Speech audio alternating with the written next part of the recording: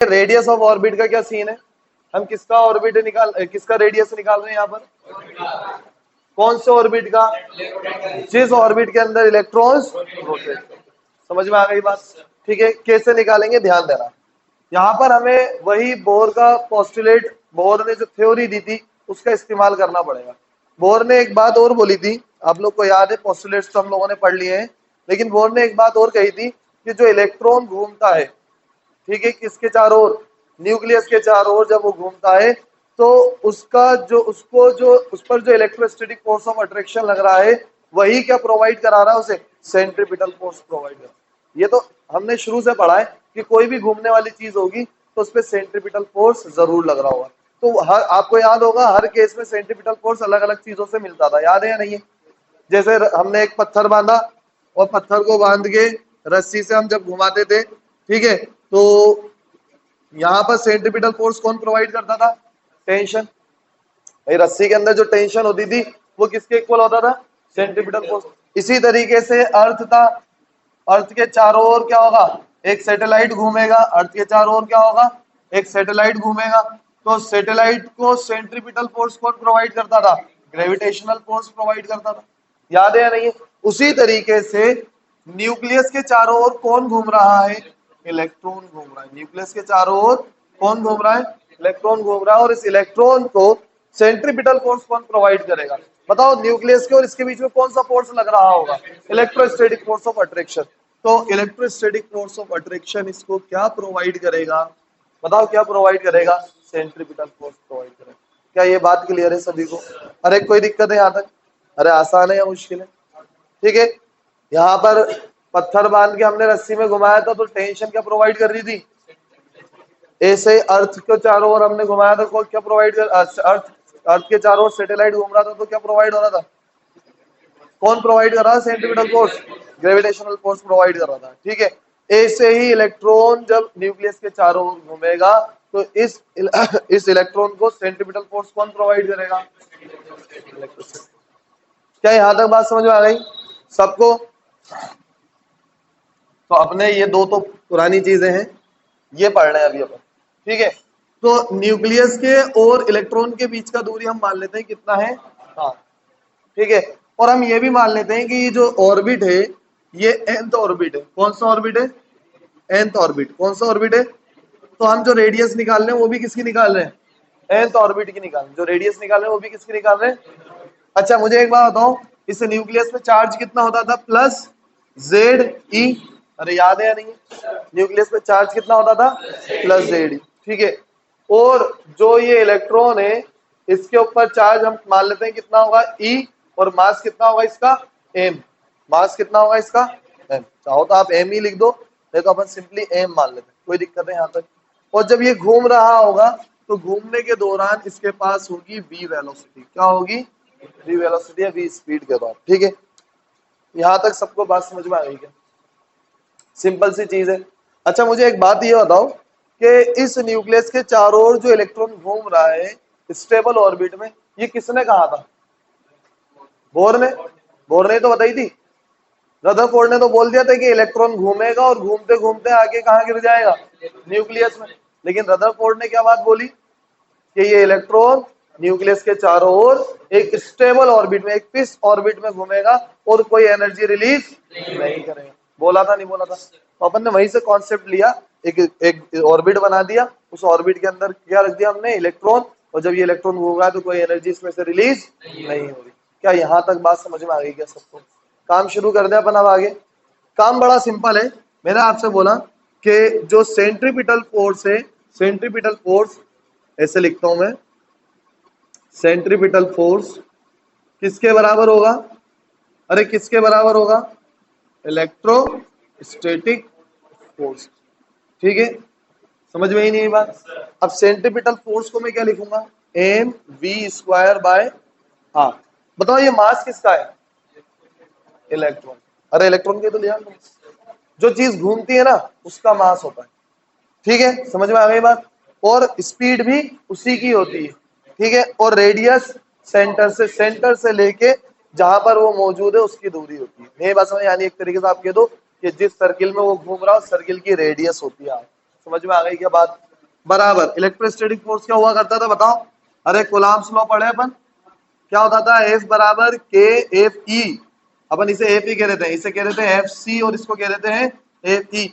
तो क्या होता था? के Q1 Q2 upon R square. ठीक है, दोनों चार्जेस के बीच की दूरी, दोनों चार्जेस का मल्टीप्लाई और दोनों चार्जेस के बीच की दूरी का स्क्वायर। और के क्या होता था? Electrostatic constant. तो यहाँ क्या लिखूंगा? के Q1 की जगह क्या लिखूंगा बताओ? Z E. ठीक है, और इसकी जगह क्या लिखूंगा?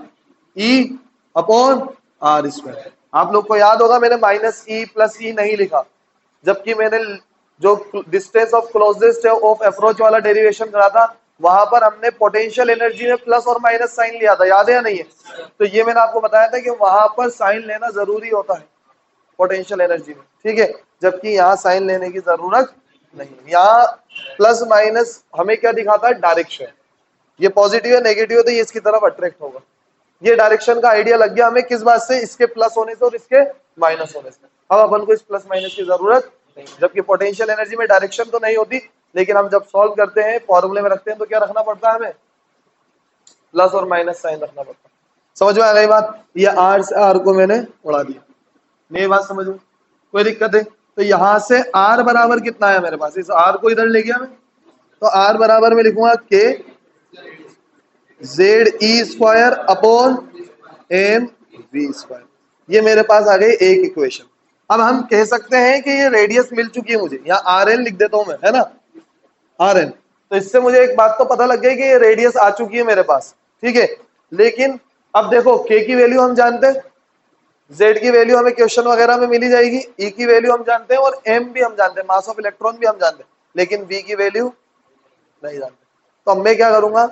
v की वैल्यू फाइंड आउट करूंगा और उस v की वैल्यू को यहाँ पर पुट कर दूंगा। ये बात समझो? तो v की वैल्यू फाइंड आउट करके जब मैं यहाँ पुट कर दूंगा तो मेरे लिए डेरिवेशन एक आसान हो जाएगा और मुझे एक एग्जैक्ट वैल्यू मिल जाएगी। किसके किसके बिना? वेलोसिटी के बिना। ठीक है, जो चीजें हम जानते हैं वो जो क्वेश्चन में हमें मिलेगी वो चीजें तो हमारे सामने है, जैसे जेड क्वेश्चन में मिलेगा हमें। ठीक है, लेकिन वेलोसिटी हमें क्वेश्चन में मिले नहीं मिले जरूरी नहीं, तो हम वेलोसिटी का किस्सा ही खत्म कर देते हैं। ठीक है, कैसे खत्म करेंगे ध्यान दो। मैं यहां पर अब आगे लिख रहा हूं, according to quantum condition. Quantum condition याद है ना आपको? बोर्ड का सेकंड पोस्टुलेट क्या था? एल बराबर एम बी आर बराबर एन एच अपॉन 2 पाई। देखो अब मैं जान करके इसको इसमें इंट्रोड्यूस करने की कोशिश कर रहा हूं, जान करके इसको इसमें घुसाने की कोशिश कर रहा हूं। क्यों? क्योंकि मैंने क्या कहा? रेडियस में किसकी निकालूंगा? nth ऑर्बिट की। ठीक है, यहां कहीं n नजर आ रहा है क्या आपको? नहीं आ रहा ना n नजर? तो फिर n होना चाहिए तभी तो nth ऑर्बिट की रेडियस निकलेगी। भाई पहले ऑर्बिट की निकाल रहे हो, दूसरे की निकाल रहे हो, पांचवें की निकाल रहे हो, 10वें की, किसकी निकाल रहे हो? वो n तो है ही नहीं यहाँ पर फॉर्मूले। तो मैं जान करके अब इसको इसमें डालने की कोशिश कर रहा हूँ, ठीक है, ताकि n आ जाए। ठीक है, z तो रहेगा ही, आपको गोल्ड भी दे सकता है, सिल्वर भी दे सकता है, कोई सा भी ऑयल दे सकता है, एल्यूमिनियम वगैरह, तो z आ जाएगा उसके लिए एटॉमिक नंबर। ठीक है, लेकिन n तो है ही नहीं, तो अब n को इन्वॉल्व करेंगे अपन इसमें। समझ में आ गई बात? कैसे करेंगे ध्यान देना। यहां से मैं r का वैल्यू निकालता हूं, तो r का वैल्यू क्या निकलेगा? यहां से NH upon 2 pi M V. इसे इक्वेशन नंबर 2 नाम दे देता हूं। क्या नाम देता हूं? Equation number 2। अब मैं इक्वेशन 1 और 2 को इक्वेट कर रहा हूं। ठीक है, इक्वेशन 1 और 2 को कर दो इक्वेट। ठीक है, यहां पर भी आप वही आर एन लिख लो। ठीक है, ये इक्वेट करा मैंने, बताओ इक्वेशन क्या थी? K Z E square upon M B square बराबर, और ये कितना है? यहां तक कोई दिक्कत है? देखो एम से एम का काम खत्म और वी से, तो यहां से मैं v की वैल्यू निकाल लेता हूं। तो v की वैल्यू कितनी आई? v उधर चला जाएगा, तो के Z E square upon N H, और ये 2 पाई भी तो इधर आएगा। मेरी बात समझ में? ये किसकी वैल्यू निकल चुकी है मेरे पास? v।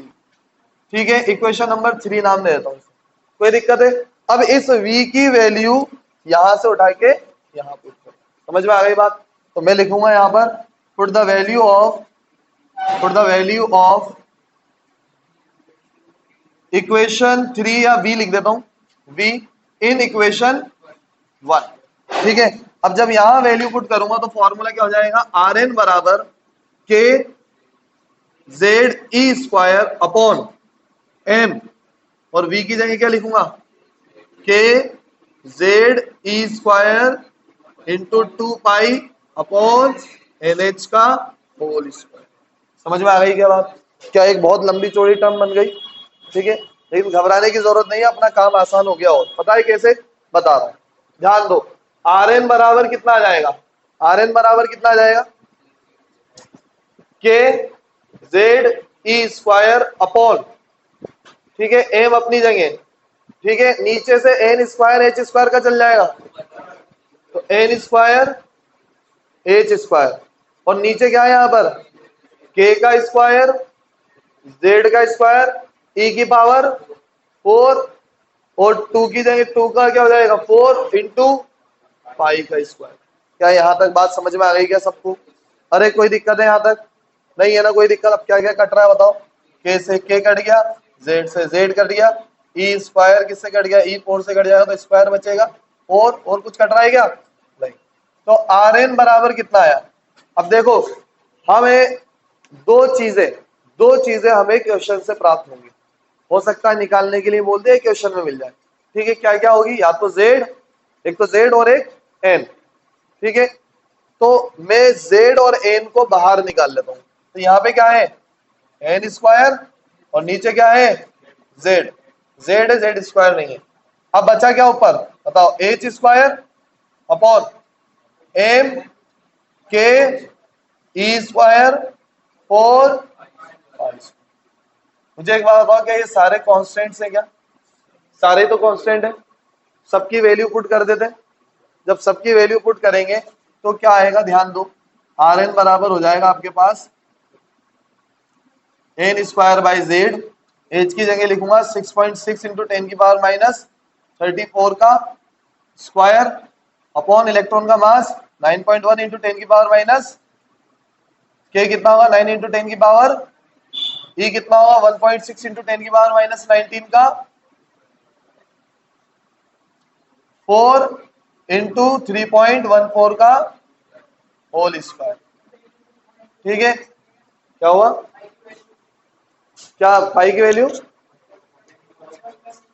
अरे ये तो बचपन से जानते हैं आप, ये लिख दो या वो लिख दो, हाँ हाँ लिख सकते हैं, को क्यों मना थोड़ी करेगा वो, नहीं नहीं गलत नहीं हो ऐसे क्यों, नहीं नहीं, बड़ा खतरनाक डाउट है। चलो, आर एन बराबर एन स्क्वायर बाय जेड, ठीक है, और जब हम इसको सिंप्लीफाई करेंगे तो हमारे पास आएगा 0.529 इंटू 10 की पावर माइनस 10 मीटर। समझ गए बात को? और 10 की पावर माइनस 10 को हम लिखते हैं, 10 की पावर माइनस 10 मीटर को, आप लोग को याद होगा 10 की पावर माइनस 10 मीटर को हम लोग 1 एंगस्ट्रॉम लिख सकते हैं। तो आर एन बराबर कितना आएगा, N square by Z 0.529 angstrom. ये रेडियस निकल के आ चुकी है आपके पास, समझ में ही नहीं बात, ठीक है। ये लगने में बहुत बड़ा डेरिवेशन लग रहा होगा, लेकिन ये बहुत बड़ा डेरिवेशन नहीं है, अगर आप गौर करो तो बड़ा सिंपल है। सेंट्रीपिटल इक्वल्स टू इलेक्ट्रोस्टैटिक, यहां से आर निकाल लिया, बोर के सेकंड पोस्टुलेट से आर निकाल लिया, इक्वेट कर दिया, और वी का वैल्यू यहां पुट करा, बस आगे तो मैथमेटिक्स है। ये बात समझ, सिर्फ 4 स्टेप्स में आप याद रख सकते हो इसे। पहली स्टेप एफ सी बराबर एपी, ठीक है, वो यूज करना है और वहां से आर निकालना है। दूसरी स्टेप एंगुलर मोमेंटम वाली कंडीशन, यानी बोर का सेकंड पोस्टुलेट यूज करना है और वहां से क्या निकालना है, आर निकालना है, ठीक है। फिर दोनों आर्स को इक्वल करना है, तीसरी स्टेप, और दोनों को इक्वल करके क्या निकालना है, वी, फिर वी को पुट कर देना है वापस से पुरानी इक्वेशन में। ये 4 स्टेप, सिर्फ ये 4 स्टेप, बाकी तो मैथमेटिक्स है। नहीं बात समझे? आप चाहो तो शॉर्टकट के तौर पर लिख सकते हो। सबसे पहला काम एफ सी बराबर ए बी, और यहां से क्या निकालना है, आर, फिर सेकंड पोस्टुलेट, ठीक है, और यहां से भी क्या निकालना है आपको, आर।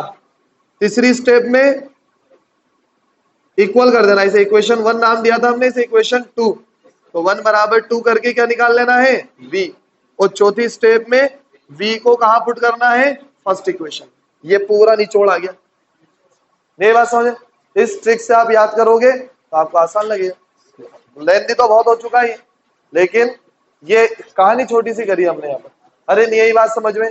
अच्छा, इस फॉर्मूले से क्या पता चला, इस फॉर्मूले से एक बात पता चल रही है जो है वो डायरेक्टली प्रोपोर्शनल आ रही है किसके, एन स्क्वायर के, ठीक है। और रेडियस इनवर्सली प्रोपोर्शनल आ रही है किसके, जेड के। यहां से हमें पता चल रहा है कि अगर एन इंक्रीज करता है तो रेडियस इंक्रीज करेगा। एन इंक्रीज करने का मतलब क्या है, नंबर ऑफ शेल्स इंक्रीज कर रहे हैं। यदि नंबर ऑफ शेल इंक्रीज करेंगे तो रेडियस इंक्रीज करेगा।